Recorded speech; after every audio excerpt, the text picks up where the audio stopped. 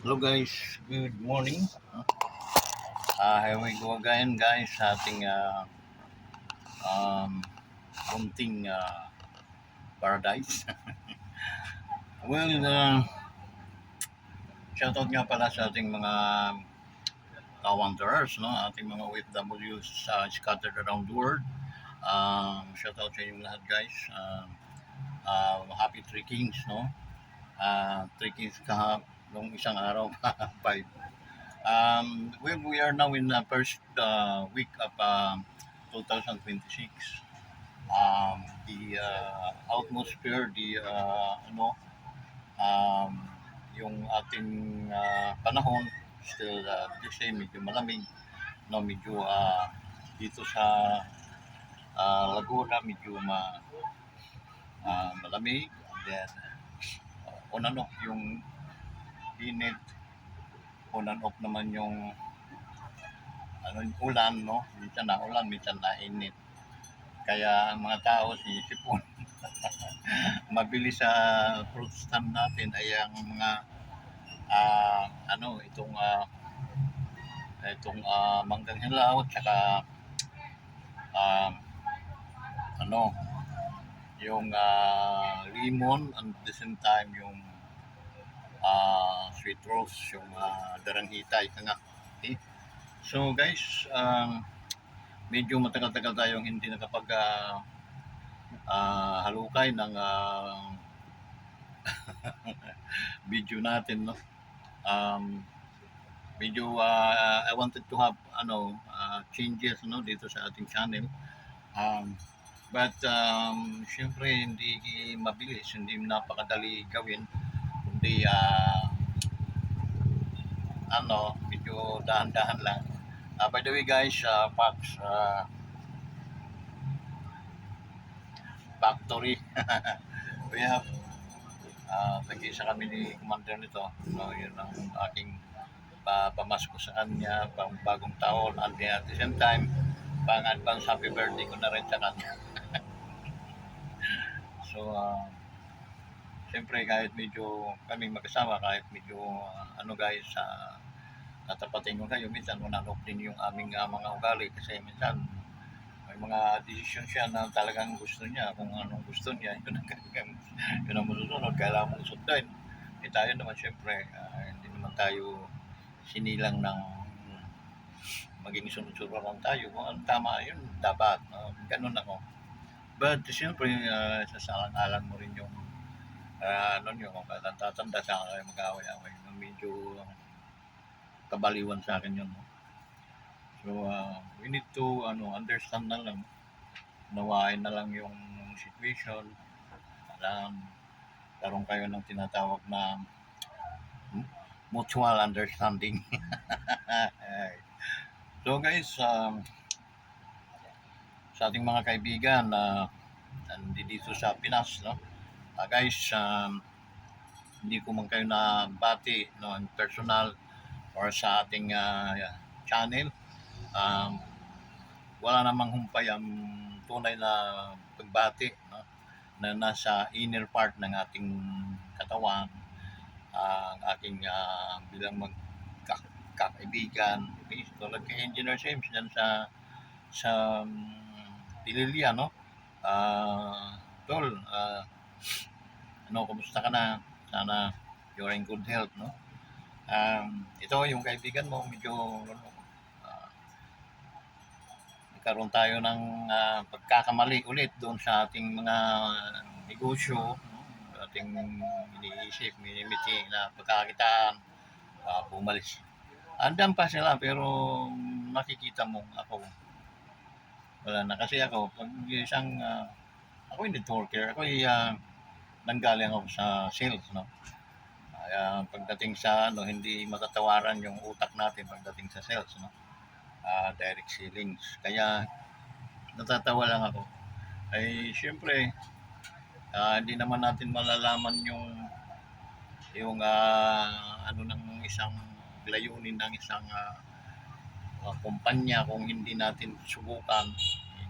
Ngunit madali naman tayo may talo siguro, pero I don't care, no. I don't mind. Pera lang yun eh. Hindi naman, kasi ang leader mayroong kita. No? Mayroong ilang dollars yun. Bawat recruitment. Bawat, hindi lang bawat recruitment, bawat pagbabayad niya. Recruitment lang, recruit kita at nagbayad ka. In ka magkano ang payout. Yun, counted yun. So, kung kahit pa paano, nakaano tayo doon, pero sa habang naka ano tayo, engage tayo sa company, doon naman tayo pinupulubi dahil buwan-buwan magbabayad tayo sa kanila, dahil nga sa ano. So it's better to stop, no? I cannot proceed to hindi tayo makausad dahil talagang pabigat na yung magiging nangyayari, tsaka nakakahiya na doon sa mga subordinate, sa mga nare-recruit natin, hindi na sila kikita. So yun, I decided to stop na, then turn back my head to that goddamn libad na. So I don't want to see it again. Okay? So yun, nagkamali man tayo, talagang ganun, no? Hindi naman natin ginusto na tayo pumasok diyan para maging maging tanga, maging kuwat ika nga. Baka sakali natin tayong kumita. Okay? So yun guys, ano pa? Mga kaibigan natin, tol, Happy New Year, no? Happy trekking. Start na. Kung magbe-birthday ka pa, happy birthday. By the way, kumusta ka? At paka-hindi regards to your family once again. No? Accept my apology. Kasi kung ikaw rin naman nag-recruit sa akin at ako'y pumasok, magganon din ang mangyayari, mag-apologize ka rin siguro sa akin. Even it is too late to apology, pero I am still asking for apology. Okay? So, hindi natin ginusto ang mga nangyari. Pero mabuti nga, sa little amount lang. Okay?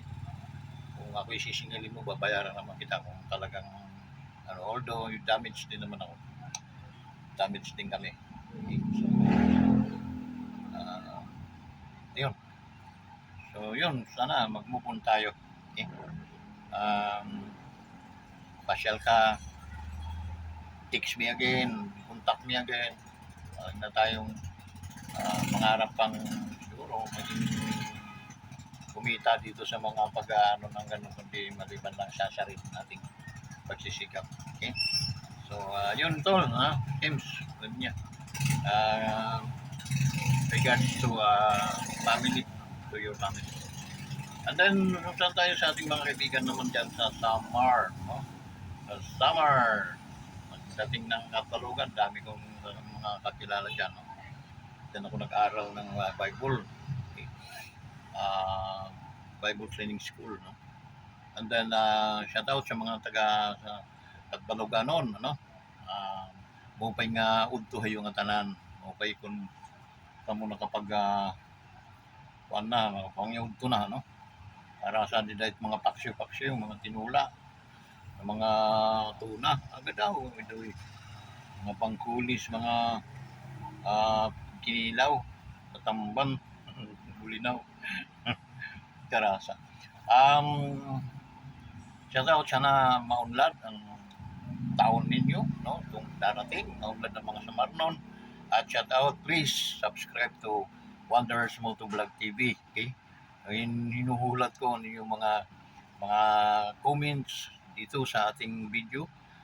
Sinashout out natin, kumusta natin ng mga taga Katbaluganon, ang mga Samarnon dida, ano? Hanggang sa may baga tawid di Habasay, no? Habasay, Samar. Okay?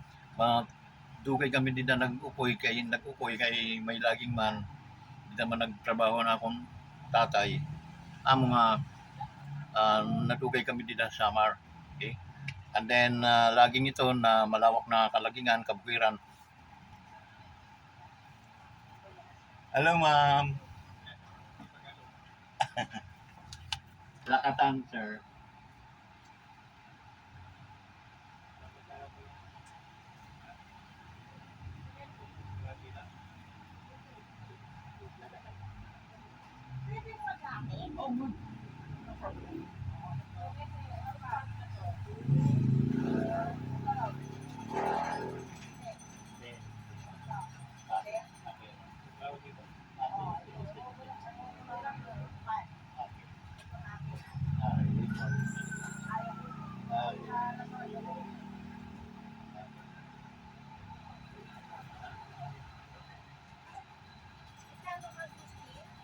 Kumanto ng kilo, ma'am.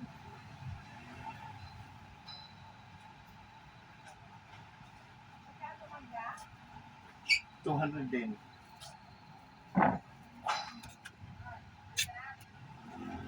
Nahiya ako magbenta ng lampas 200.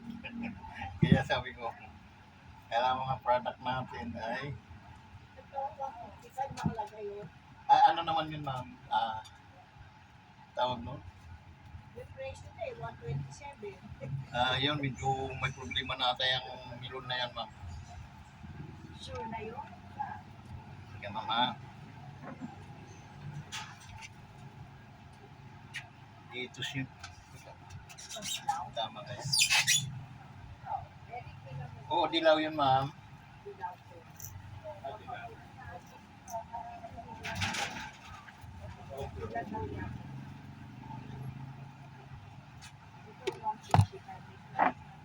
Ma'am.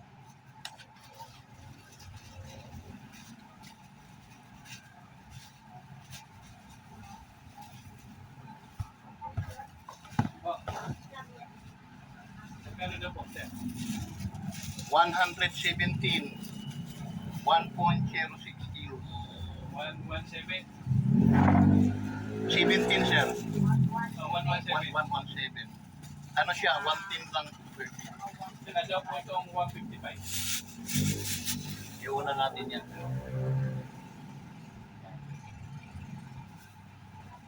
Yeah.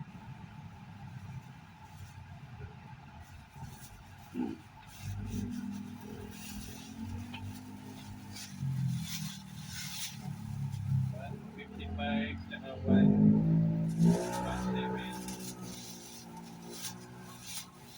Tsaka,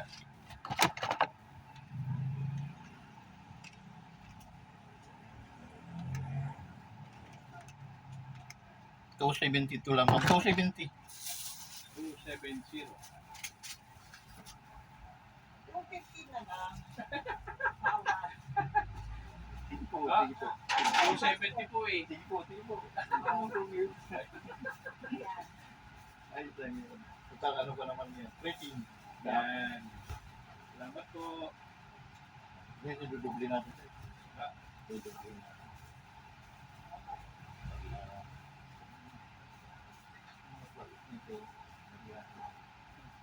Yan.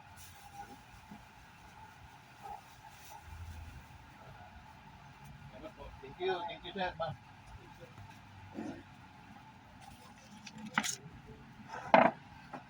Saka kayo yung plastic. May printer plate ba kayo? Wa- Wala. Wala, mga ano lang, Ah, lalagyan ng fruits, mga ang regalo, basket.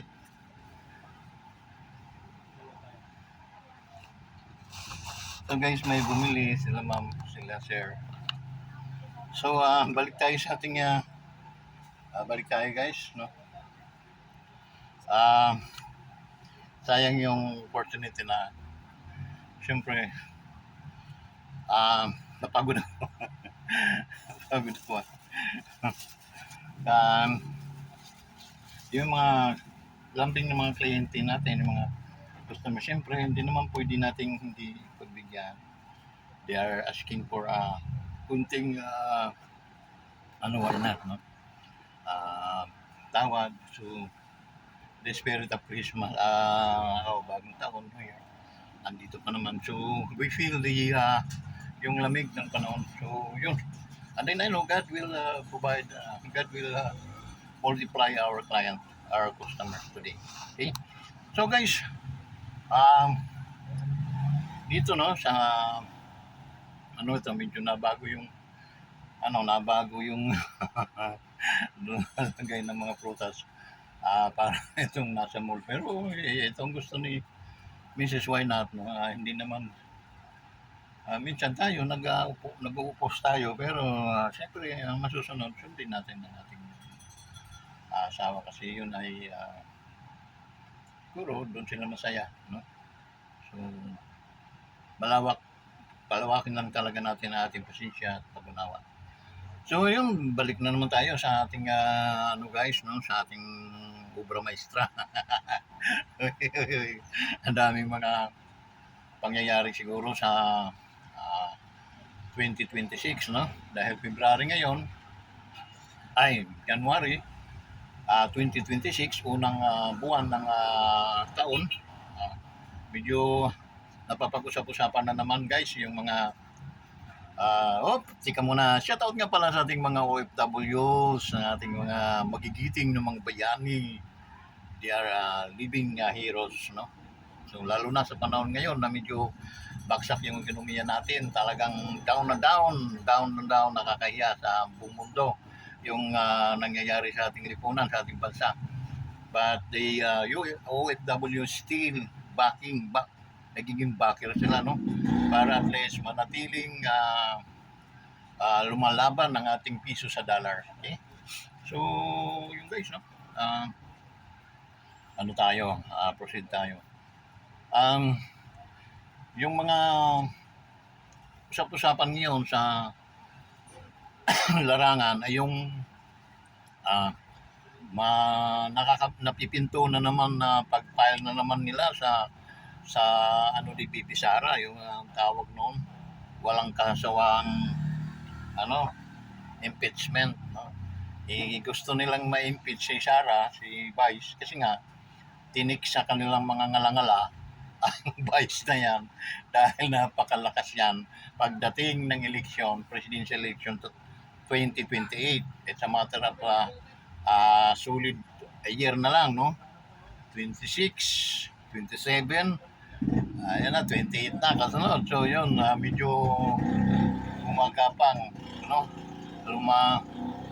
Naghahanap talaga ng butas. Okay? Naalala ko guys yung nasa Biblia, no? Sa Peter ata or James, na the devil is like a roaring lion seeking whom he devour. Ganun ang no, he is always, they are seeking butas, no? Naghahanap sila ng butas doon sa vice president natin para at least mabigyan nila ng pagkakaano na manghina din ma-impeach. Pero wala namang kabuluhan yung impeachment na inaano nila guys, kasi ang ating vice presidente, ang kanila lang namang